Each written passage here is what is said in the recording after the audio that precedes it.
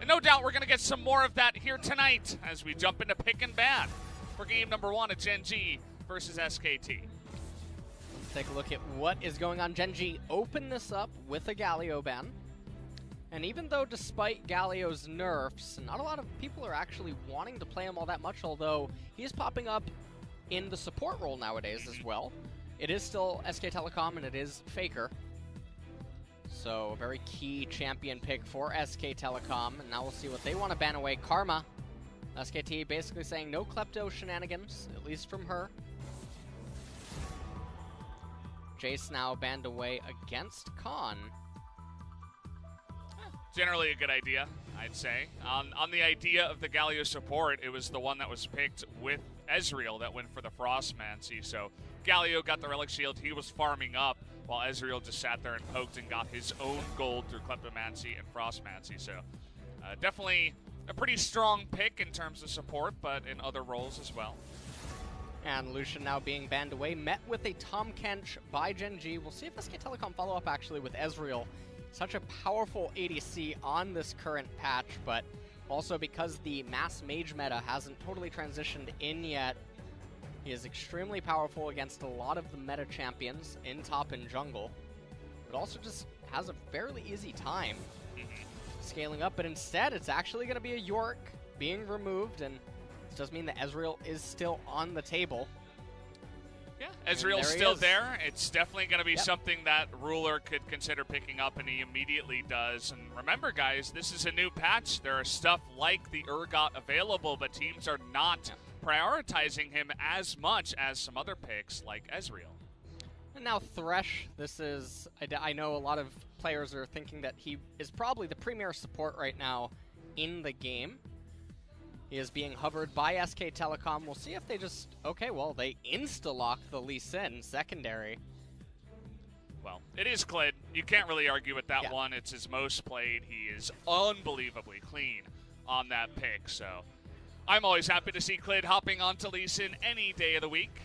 Well, and Gen G now pick up the Urgot for themselves. Still has the ability to go mid or top, despite the changes that he's suffered a little bit. And Clid on the Lee Sin, I mean, 2 of his MVPs has been on that champion. Okay, interesting pick Kalista coming in Thresh. here. Kalista Thresh returning to the bot lane for Teddy and Mata. Yeah, and arguably still one of the strongest bottom lanes that you can have. And for Teddy and Mata, it's definitely a lane that they can try to exert dominance in against Ruler and Life. Now moving into this second ban phase, Nocturne being taken away. Yeah.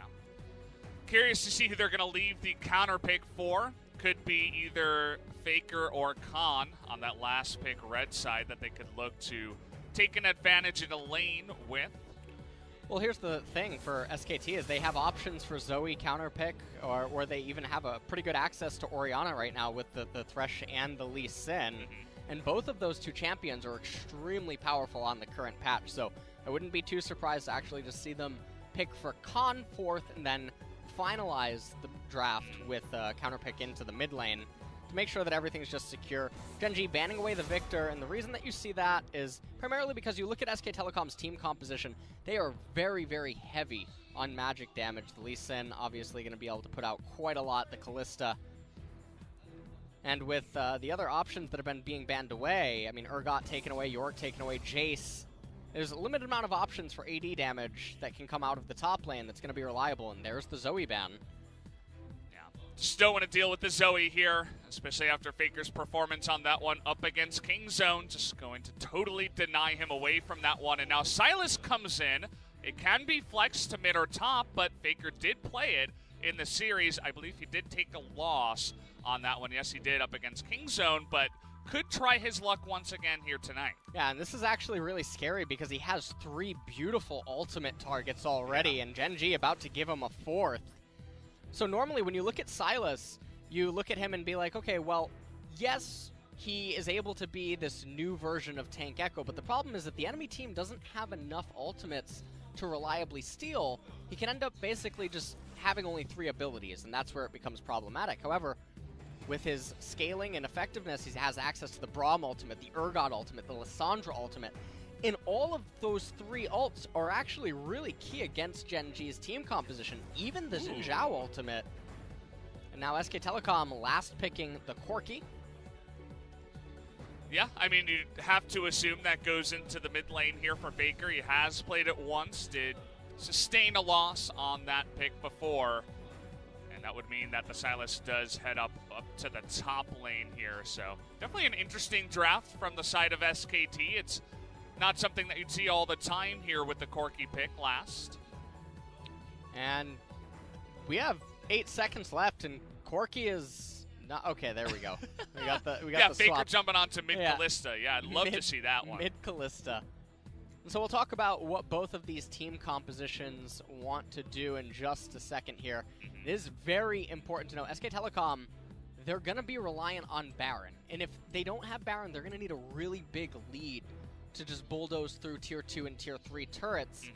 So they're looking for an explosive advantage around the 25-27 minute mark, and on the flip side for Gen G, they have a lot of engage opportunity, and it's going to be difficult to actually access the Ezreal for SKT. So taking another last look at the team comp, Urgot, Xin Zhao, Lissandra, Ezreal, and Braum.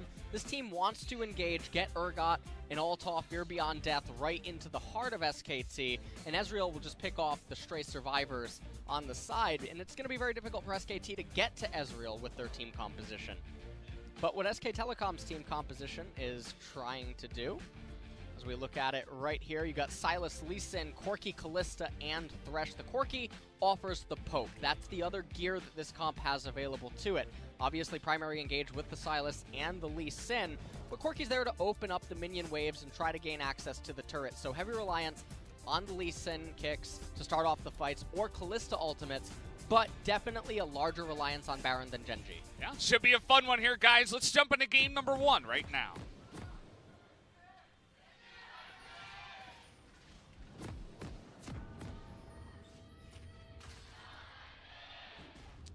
Well, both of these teams having their fan groups coming down here. SKT's, not too surprisingly, was a bit louder, but Gen G still having that very big core of fans that do come down here every day. It's a long season. You know, we're only heading towards the end of round 1 here, so not even at the halfway point. So Gen G, they're hoping for a big comeback here in the LCK. Hopefully they can finish somewhere around the middle. But they do have a very strong opponent ahead of them tonight in SKT. And their next matchup is going to be up against Griffin. So definitely a couple of matchups that you're kind of wincing when you look at the calendar here if you are Gen G. Definitely.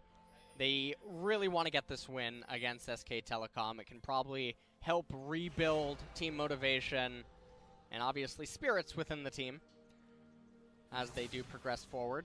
And so far, Gen G, I mean, coming into this game, we see, Cuvée doesn't manage to actually get that ward, but the early game is definitely something they have to watch out from. Bottom lane and mid lane are 2 really, really key points, and that's where Clid most likely is going to be committing all of his attention early on, whereas Peanut, he needs to really be on point with his counter and match ganks until his laners have their level 6 available.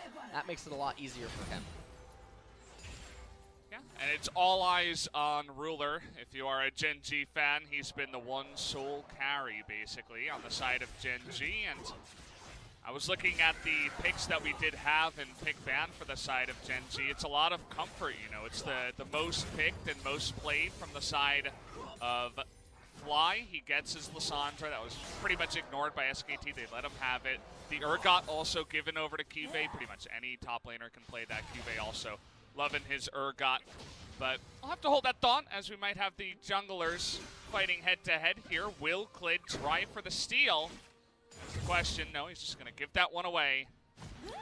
Fly was a little bit closer. And I really like what Peanut just did there. He went and immediately got the right-hand side Scuttle Crab so that Clid's not able to do anything with it. It provides the vision that Peanut wants for his mid and bottom lane. We just talked about a second ago. Ran right through mid while Fly had priority. Was able to pick up the other crab as well, and so far Peanut's actually off to a really good start. That is the one with a slight deficit right now. And they absolutely need Peanut to show up, right? I mean, we all know the games of Camille that he showed up here in the beginning of LCK. Everybody that's a fan of him wants to forget that, but it's just an unfortunate reality. We'll see if he can actually make something happen as he's going for a gank in the top lane this time around, but we all know that Sylas can be a little bit slippery here. He's actually going for a trade onto Peanut. Khan not very scared, but still a nice amount of damage there up in the top side against Khan. It was a good amount of damage, but the thing that you have to look at is that there was more Spellcaster minions for Cuvée, and so the lane was already pushing into Khan. So while that would have been a really powerful and impactful gank had the lane been pushing into Cuvée, it was actually at a relatively awkward timing because Khan doesn't mind that, and it actually takes some attention away from Cuvée, and it gave Clid a lot of breathing room. Definitely did. He knows exactly where he is. He had to essentially give up his Raptors in his red side jungle, Clid, because Peanut hit level 3 on the Scuttle, so he was able to just go in there and contest level 3 against level 2. Lee Sin has to give it up, but now he sees Xin Zhao on the top side, and he's like, okay, I'll go ahead and take your Raptors then. And he's going to be exactly even when it comes to jungle camps for now after that. So Clid definitely feeling pretty good, as you mentioned. Right now, Cuvée, he is sustaining quite well up in the top lane. We look at the CS differential across all the lanes. Nothing really too exciting happening yet. Genji is ahead in gold at the top, but I'm sure that most of that is inside of the Kleptomancy of Ezreal. Fly taking what looks like a very poor trade, but of course he does have that teleport to get back to lane. He's the Lissandra, so has the ability to just get back and be totally fine after picking up the double Dark Seal. Very standard from him to start off the mid lane tonight. Peanut now pathing again immediately to that Scuttle Crab. He wants to make sure to pick that up right away. The teleport even from Cuvée comes in to guarantee that even though Lissandra didn't have priority, it wasn't going to matter all that much as it looked like Faker had a recall in mind. There's going to be no chance of Lee Sin managing to try to steal that away. Third Scuttle goes the way of Peanut. We don't have the Scuttle counters of old on the side of Spo TV, but maybe someday we can dream. For now, I'll count it for you guys. Xin Zhao 3 and Lee Sin 0. So Clid just went on a little bit of a visual bug trip there, but he's not going to be going that aggressive. Just spotting out the Lissandra and going to be backing off. And very interesting early item here from the Urgot, looking to trade a little bit better up against that life trading that the Sylas can do. Executioner's Calling definitely going to help out quite a lot against the Sylas sustain.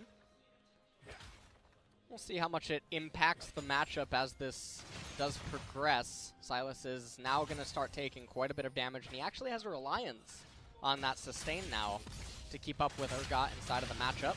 And this could actually... Oh, this is really close, actually. Lands that second one, and immediately the Fear Beyond Death into Ignite Flash, as easy as you would like. First Blood goes to Cuvée. Wow, good stuff from him. Yeah, and that was a fantastic and much-needed solo kill by Genji. It's going to put Sylas in a really rough spot, especially because he stole the ult from Urgot and used it. He's playing without an ultimate now up in top lane for quite a while. Cuvée is in a fantastic spot right now. A little bit interesting, he actually didn't stay for any of the plates. He wouldn't have lost out all that much. Take another quick look at this right away. You can see Khan's on a little bit of a cooldown right there. Gets hit directly by the E. And it was at this point, Khan probably, well, he didn't quite know yet, but he was about to, that he done goofed, Brendan. He done goofed real big. I mean, looked like the coaches were even in shock, but definitely happy that that was able to come on in as every single ability landed onto the Sylas. Khan with no ability to get away from that one. The Unsealed Spellbook with the Ignite opens that up for the Urgot as well. Khan didn't have his TP. He misses a big wave in the top lane.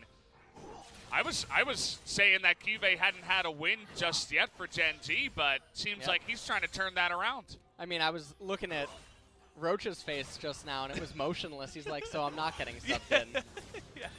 The coaches looked happy, but... The coaches looked happy. Roach was like, well... Oh, man. He's like, oh, boy, not the return of Cuvée. This wasn't supposed to happen this early. We usually wait for, you know, the gauntlet here in Korea for that to really turn on. But, yeah. Cuvée looking good in that one kill. For Khan, not the best performance in that one, but Silas can be tricky. I still get this feeling like all these, players, once a new champion comes out, obviously they're grinding it as much as possible. They're trying to learn all the ins and outs, but how many games exactly can you do before the first week of this actually coming into pro play amongst all the other champions that you have to practice? I feel like, it's going to take a while for everybody to get to that, S-tier play level of Silas just yet. And like what you're mentioning, it's not even just about how many games can you get in, because, well, hold that thought for a second. Clid trying to get some MVP points. Here's Clid, there's the kick. He doesn't have his flash, so should be a pretty easy gank. Down he goes, as in goes the Lee Sin real quick for the easy gank. And Cuvée doesn't have teleport. Minion wave is coming, so they are shoving the wave, and that's why you're seeing Peanut move up to the top lane. Definitely wants to okay. Thought he was going to show himself, but if he did, he certainly would have just gotten clapped. So, fortunate for him, he did not progress any further. Generally, you don't want to get clapped. That's kind of like the, one of the first rules you learn. Please don't get clapped, as pretty straightforward gank as Cuvée gets baited into a trade, and Lee Sin has the mobility to make the gank work. Yeah, this was just a very easy and standard gank. There was nothing really that Cuvée could do about it at that point. And so now, Khan is almost restabilized up in top lane. Can't actually quite see the minion HP, but I do believe that the wave is pushing into Khan, so quite fortunate for him as his jungler is on the other side of the map, so it doesn't really matter all that much. Blue handoff about to happen on Faker, but what we were just talking about earlier about Silas, how many games can you get in on him? You can't just go on a Smurf and low MMR and instantly get Q pops and just keep playing him, because you're not going to learn the matchups the way that they're going to actually be played at the professional level. So while you might be able to just go and play 20 games a day on Silas on a gold or a platinum ID in Korean solo queue, that doesn't quite prepare you for the real laning phases that you encounter when playing against pro players. Yeah, you can always beat, a gold player that's not very good at an advantageous matchup against Silas, whereas a pro might be able to turn it around. I know that Papa's been mentioning that the Silas is pretty good into the Urgot. Not sure how you feel about that one. Was picked for that matchup, as I'm going to have to hold that thought for now, as Faker thinking about coming in with the poke, has Khan up on the top side, but it's a 2-on-3. That means that no can do. They're just going to have to trade that one for the Cloud Drake here that Clid was picking up. Clid picks up the Cloud Drake, followed by an Ocean will be the next one, so definitely going to have to give the victory over to Gen G, getting that Herald. Still 3 minutes on the plates. If they can convert that into plates, it would be extremely big for SK Telecom. They're making a very wide rotation into the Gen Z jungle. Now they're trying to turn on to Fly, but that aftershock keeping him alive for so long. He goes the two-shot barrage, and Khan from behind trying to make it happen, but two members of SKT immediately go down, and here's Cuvée from the top lane. Teddy, he is way too late to get onto this one, and the fear goes down onto Faker. That's 3 kills now that go the way of Gen Z. Yeah, and this is absolutely catastrophic right now. The Herald still alive, being summoned right away. This is going to be, I think, the mid-tier 1 turret going. Actually, no, Faker is relatively healthy. No, it's going to go down. Yeah. Whoa. Hey, he wanted to get after Faker there. Calm down, Mrs. Rift Herald. What was that? You can only attack turrets. Oh, man. Well, they do save it in the end. It's because, Rift Herald went for Faker and not actually the turret. So big mistake. Gold gap completely swings. Just in a second ago, it was 17.3 versus 17.3. And taking a quick look at this replay, SK Telecom decide that there's no objective on the map, so they want to make a fight happen. And right here, Mata, he tries to do some sort of engage, doesn't end up being able to do anything. Khan says, I'm helping, but the only thing he's helping is the enemy team. As Cuvée about to use Khan's soul to try to get the Fear Beyond Death onto Faker, forcing him to flash away. This is absolutely catastrophic for SK Telecom. There's no dragon. Enemies have Herald. You don't actually have the ability to fight. Your top laner is not in the greatest of positions. I don't know what they're doing. Yeah, I mean, I don't know. I don't think they know. I got that feeling, LS, that they didn't really know what was going on, as it was, we talk about who's the shot caller for the side of SKT, especially on the new team. Definitely Mata was one of the names that we were mentioning, and he was leading the charge to get some really deep and risky wards into the Gen G jungle. Now, they got those wards down, but then they gave away 3 kills because they were so out of position. I understand trying to get that vision down, but sometimes it's just not worth the trade. And here's the other problem right now is they're behind as we're about to enter into the mid game and the lane phase is going to come to a close. The Ezreal is going to be really, really problematic. He's going to have the Iceborne Gauntlet. He's going to be able to get those Ninja Tabbies later. And that's going to make it so difficult for SKT's team composition to do any damage to him. Sylas, building tank, obviously, so even if he does magic damage, it's not going to be all that much. And Ruler is really well positioned right now to take over this game. To be honest, I mean, this was not what we were expecting. We were expecting SKT to come in and the woes of Gen G to continue, but a couple of mistakes, and Gen G, they're still a strong team in Korea. They will pounce on your mistakes if you make them, and so far, starting with the solo kill into just immediately getting a couple of more kills after that Drake, it's really looking fantastic for them. Especially for a team that's losing confidence. You love to start off the next game a bit stronger. And the other fortunate thing for Gen G is their team composition is one that you would most likely suspect to be behind. And the fact that they're ahead right now is going to be really difficult for SKT. We talked about earlier, they have a reliance on Corki being ahead if they're going to try to capture turrets. And now, when they're falling behind, it's unlikely that you're going to assume that they're going to be in a position to capture Baron. And so how does the SK Telecom team composition actually recover? Well, you can't just rely on Corki Poke because Ezreal's going to do it just a little bit better. And now you're going to be on the back foot of trying to coordinate Lee Sin and Kalista plays, and it's going to be really, really hard. It definitely will. We've seen many an SKT game that rested on the shoulders of Faker. We'll see if he can actually make it happen on the Corki this time around when his team is behind. And, well, the Sylas in the top lane being 0-2 obviously does not help things out very much. Looks like he's going to pick up a Sheen, going for that Iceborne Gauntlet, but he's not quite able to get there just yet, as that build very, very slow. At least for SKT, after that first Drake, the next one is an Ocean, so they can essentially just throw that one away and say, you know, it's not a big deal because we don't really want to fight right now. Yeah, exactly. So fortunately for SKT, next Dragon, not something that you have to lose sleep over. And they really wanted to pick up onto Cube right there, but not able to find anything. Teddy going to have to take a Lantern out. This Dragon's going to go right over to Gen G. You can see how fast they wanted to start that one. Klid gets slowed down here. Doesn't really have an ability to get away. Has to use his kick. Fly could have come in from the mid lane, but just a little bit too far away from that one. And unfortunately, Klid forced to use some ultimates to even survive after that play. And now, next Dragon of the game coming up, going to be another Cloud Drake. And you just look at the bottom wave that Gen G has right now. They have mid priority. They already have vision inside the blue hand side jungle of SK Telecom. This is going to be an easy bottom tier 1 pickup.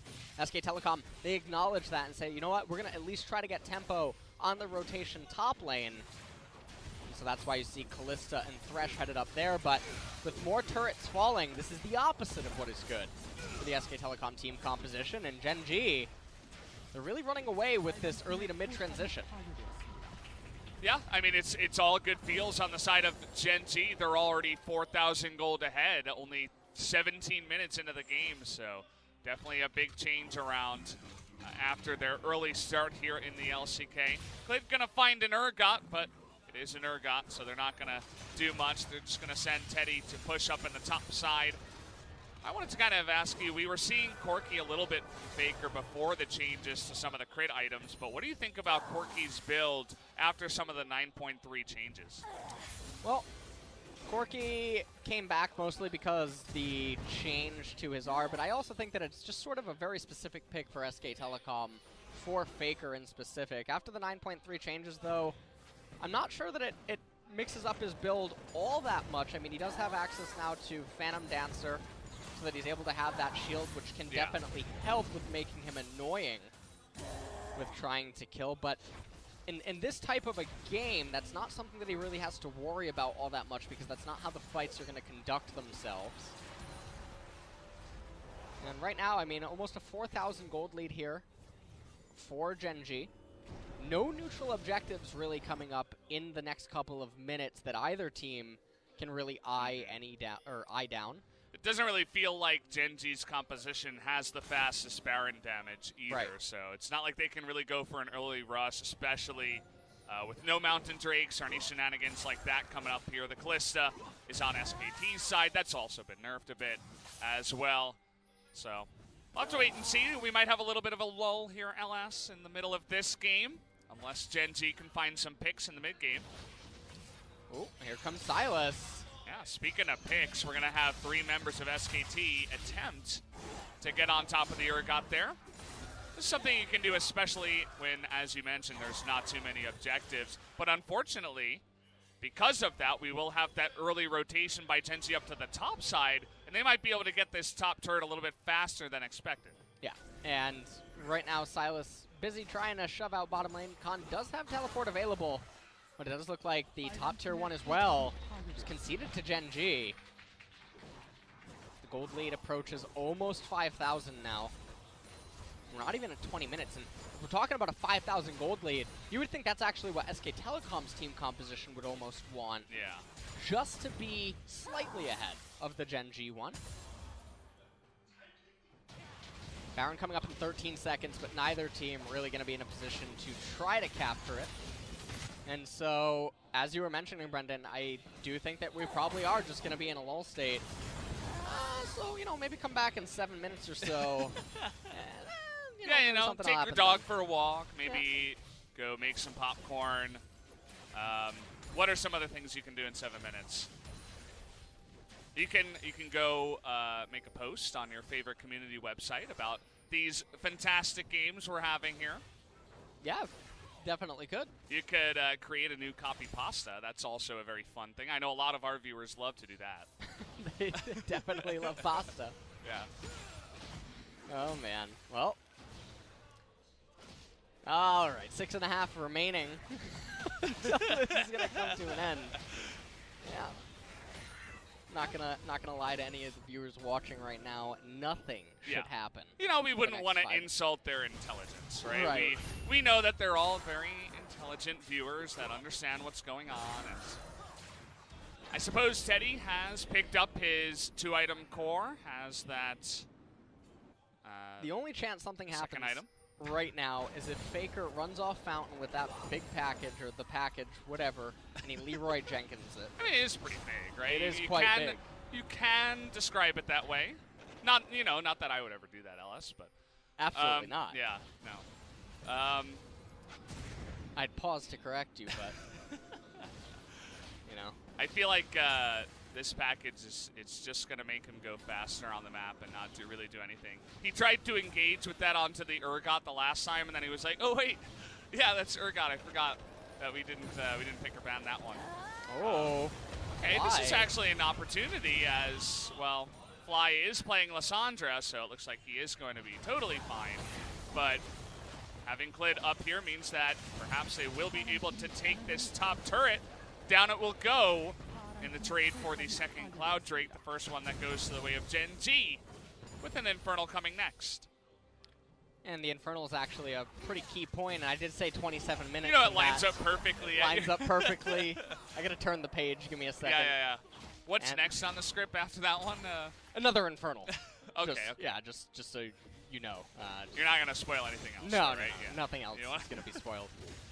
I think some level of excitement in this game. That's what you got to do. Yeah, we're just gonna keep it, you know, calm and steady.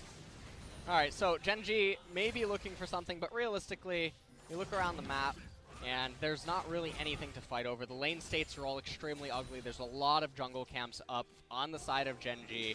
Lissandra probably wants to get into Zanya's Hourglass. Ezreal wants to complete his next item. And even though we have some core item completions on both sides, SK Telecom's items aren't as strong as Gen G's, and so they shouldn't be looking to fight. But also, Gen G's champions aren't yet strong enough to just perforate tier 2 turrets and say, hey, we're just going to go balls to the wall and take you down. Yeah, it's all of those things combined that create this lull state. No big objectives, no turrets being really available to take. Very passive play from SKT. That means that we'll just kind of sit here until Gen G do have the opportunity to take one of those objectives. We were taking a look at some of the vision that was in some of the jungles in the red side earlier on.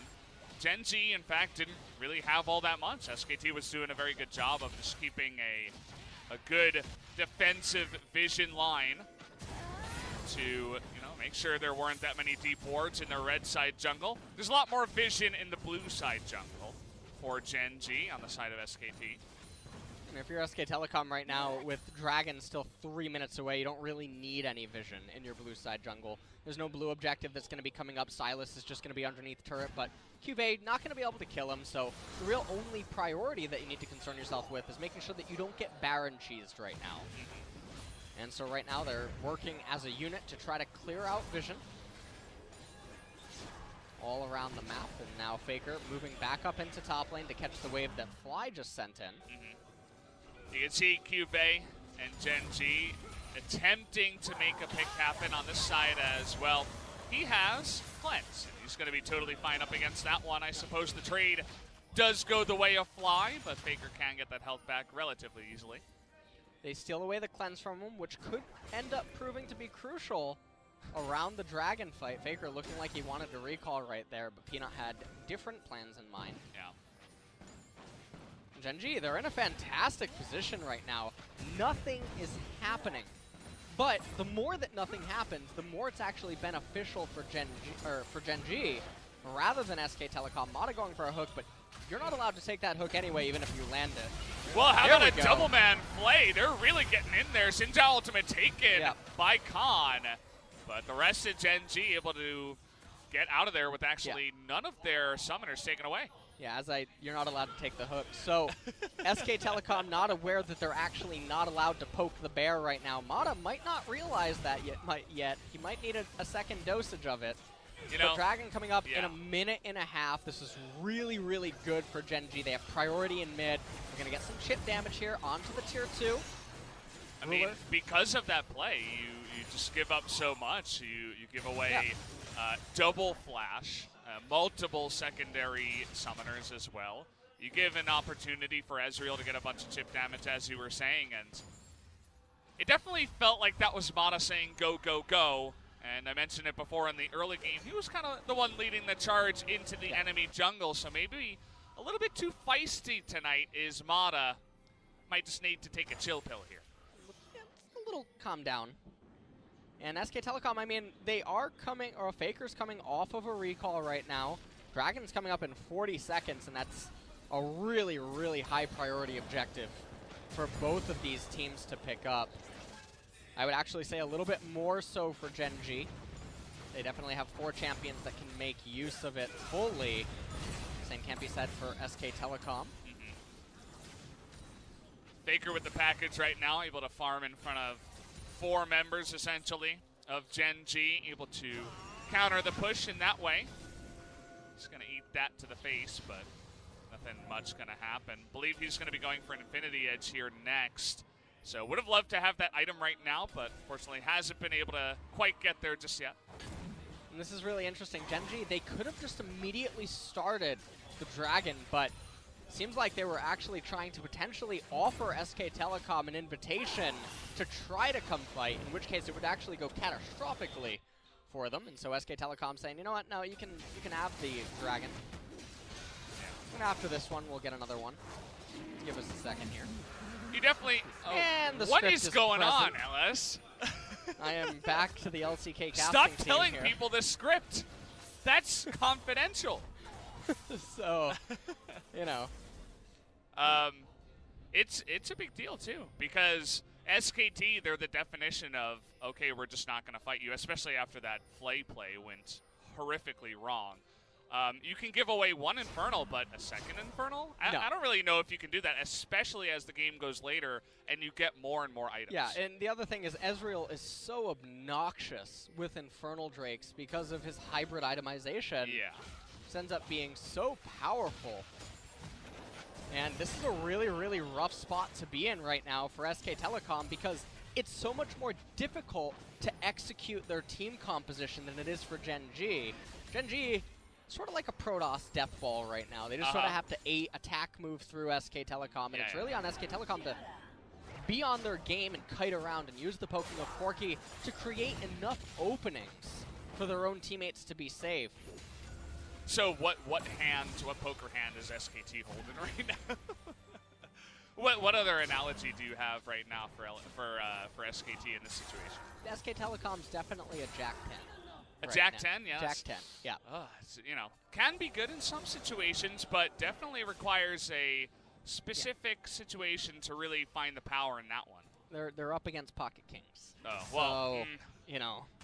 Has the flop hit yet, or are we not sure? Oh, we're way past it. We're going to the river, so SK Telecom, they're going to need to suck out, which might be what SKT stands for at this point. I'm not quite sure. Oh, boy.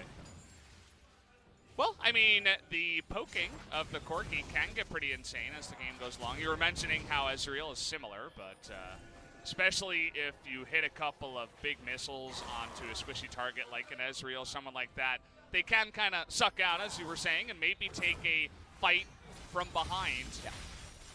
But it's going to require, you know, maybe some mistakes from Gen G or a very positive situation for the side of SKT. Yeah, and I think if you're Gen G and you're looking at this game right now, you're saying to yourself, okay, hey, we have a really big gold advantage right now. We're also going to keep accumulating level differences between us and them. And we can just wait for another Infernal in 2 minutes. We don't have to do Baron because SK Telecom can't really do Baron. Yeah. You know they would love to.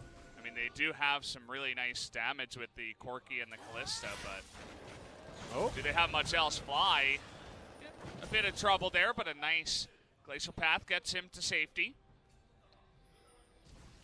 Ezreal continuing to charge up to his Seraph's Embrace. The what? Seraph's Embrace. Seraphs? Don't make me do this. I'll do it. Couple of F's in the... I will do it. Seraffff. S. All right. Rule R here in the mid lane now. Yeah. Trying to just push the wave in. It's met by Teddy. Minute and a half now only until I thought the lull state was supposed to end at 27 minutes. What happened there? We're like in a no. 4-minute extension here. Hold on here. Just like extra innings or something like that? I gotta confirm here. Hold on. I'm getting a 34 minutes. Oh, I'm sorry. 35 minutes and 15 seconds. Oh, okay. Here's what I'm reading. So set your clocks, guys. Yep. 35 minutes, 15 seconds. Yeah. So just about 4 minutes away from the action. We're not too far away. So just waiting until that happens. Maybe take a quick cat nap. That's a very quick cat nap. What we're getting right now is we're sort of preparing ourselves for Jin Air later on tonight. So, oh boy, just trying to get this endurance bringing test. out the shade real early on Jin Air already, as if they haven't sustained enough. I mean, I thought Silas was Christian Grey with how this game was going. He's got those chains on him already. Oh man. So, well. Yeah, poor Jin Air. They do have to go up against who is that? That's Sandbox? No, it's Dalmon later on tonight. So that is going to be the second matchup tonight. If you guys are looking forward to that one, definitely tune in. We'll still be here. We'll be here until tomorrow. Are you kidding? So, okay, this is actually something big. We do have this second Infernal, and it looks like SKT is ready to fight. They're not just going to give this one away for free. Faker taking a little bit of damage before the fight does start here. That's what you think, Brendan. They just go out the back door here. Right. We do have Fly up in the top side. The teleport does come in. They do see this happening, and they just want to turn immediately onto Fly, but he gets into the back line. But he is going to ultimate himself down. Clid not in a great spot, and Khan taking a ton of damage as well. Is going to re-engage, but he, alongside Thresh, will go down, as well as Teddy. They tried to force the fight, and they're going to pay big time for it. 3 kills and another Infernal Drake. Yeah, that's going to be another Infernal. They're going to easily convert this into a Baron capture. And the only way that Gen G could manage to lose this is something absolutely catastrophic happening. And that would be the only way that SK Telecom can keep themselves in this game. And Corki gonna try to do his best to try to poke them down. But Peanut still has his flash available. Cube even has one to boot. Or Smites. Yeah, Smite. A caster, by the way. So thought I'd yeah. let you guys know that. Wow. And they don't even really need to look at the Baron. They could just poke them away, and SKT is going to have no hope. Yeah. No chance in hell in getting near that objective right now. Flid thinking about it for about a millisecond there, and then he decides against it as Gen G, they pick up Infernal, and they pick up the Baron, looking fantastic in this game one. Yeah, and taking another quick look at this, this is David versus Goliath, what, you know, maybe should have happened. As SK Telecom, they're trying to make something happen, but they're not going to be able to. You need Corki to just deal a massive amount of damage before this fight even tries to progress, and when he doesn't do it, like I was saying, Protoss Death Ball, it just moves right through you. And Ezreal, I mean, it's like the Colossus. It's just raining down lasers onto everything. Yeah. And it was just all too easy for them to just bulldoze right through SKT. Yeah. I did like the play from Fly. He was going to be collapsed upon, but he immediately joined the real fight. He wasn't going for a flank. He wasn't getting the Zergs around or anything like that. He was going straight to the front of that one, avoided the Corki, and said, I'm getting right in your face. And we're coming right up on that minute. This is where the sparks are about to fly. You ready? Yeah. You know, we're getting there. A little bit closer with your 34-15, but... Whoa, whoa, whoa, whoa, whoa. Don't try to interrupt this. Okay. 25 seconds till the action, as it's just 3 lanes being pushed really heavily by the side of Gen G. Got Ruler and Life in the mid lane. We got Fly and Peanut kind of hanging around the top side, and then that top lane action. Oh, there's the hook. I mean, that was close. Now, we got a little bit of action. Hold on. All right, it's about to start. They're just warming up, you know? You're gonna warm up the car in winter? True, yeah. So this is like the beginning of the phase where the action is gonna happen, something like that? Yeah. Yeah. Start with the cannon going down? Right. Yeah. Right. Okay. Well, Silas in the live screen at the bottom left. His best to sustain against the Urgot. Yeah. Hook is going to go wide as Gen G are just bulldozing their way through this base right now. Ruler just raining hell on the side of SKT, and 2 champions that when they get behind look very unimpressing are Silas and Corki, and both SKT have both of those champions right now. And they're feeling really good about that one. The ult goes down onto Faker, but he cleanses late and he can't get away from the True Shot Barrage. Doesn't even flash it, as he will go down. And as if they even needed that pick, Gen G looking to end this game. Yeah, and this was almost a perfect game from Gen G, where they're definitely going to be able to raise these 2 turrets. Well, and there's nothing SK Telecom can do. We're just going to go right into game 2. Mata trying his best, but everybody's going to be going down here. Pick up the clean ace before we even get into this one. Game 1 will go the way of Gen G. Very big surprise. Not what we were expecting coming into this matchup up against SKT for the Titans when you consider them up against Gen G. Yeah, and this is a massive upset here in game number 1. There's Fly on your screen after having just piloted that Lissandra. Piloted it into the Corki. How do you feel about that? Yeah, it was a pretty good one. Give that like a B-. All right. B-, no big deal. Yeah. SKT, I mean, they had a team composition that needed to get ahead early. There was pressure on the Lee Sin to create opportunities for his teammates, but right from the get-go, fell behind in the jungle, fell behind in tempo, and SKT couldn't do anything. And then after the first couple of kills and that massive swing, because Mata had a bright idea. Yeah, he had a couple of them this series, or in that game at least, LS as... I mean, that's not the SKT you're used to seeing. You're used to seeing Flid get great ganks, get the game ahead for his team. Yeah. Teddy begin to pop off in the mid-game on some kind of an 80 carry, and Mata make big plays, but none of that happened here in game 1.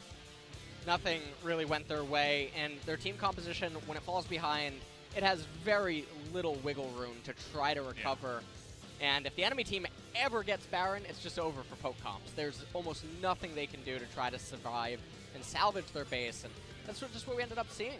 Yeah, so bit of an unfortunate one there for SKT, but it definitely makes the series a lot more interesting in a weird sort of way. This was one series you look at, and immediately I go, okay, 2-0 SKT. But now, Gen G come out swinging, and 21,000 damage from the side of Ruler, who kind of just sat back and rode the train and got really fed and did a bunch of damage and carried the team. So nicely done there.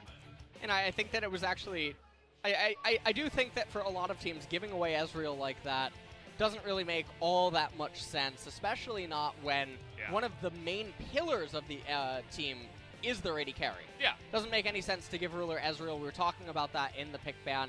Was it the reason that SK Telecom just lost this game? No, it wasn't. But it is something to look at, especially going into game number 2. But I do believe SK Telecom now will be on the blue side. They will have first pick, and we'll see if Gen G make the same mistake. Yeah, Ezreal, definitely one of those champions we've been calling out for a while, that he is a bit overtuned, especially in the amount of damage that he can do and how safe he is. Either way, guys, we'll have to see what happens in game number 2 after a quick commercial break. We'll be right back.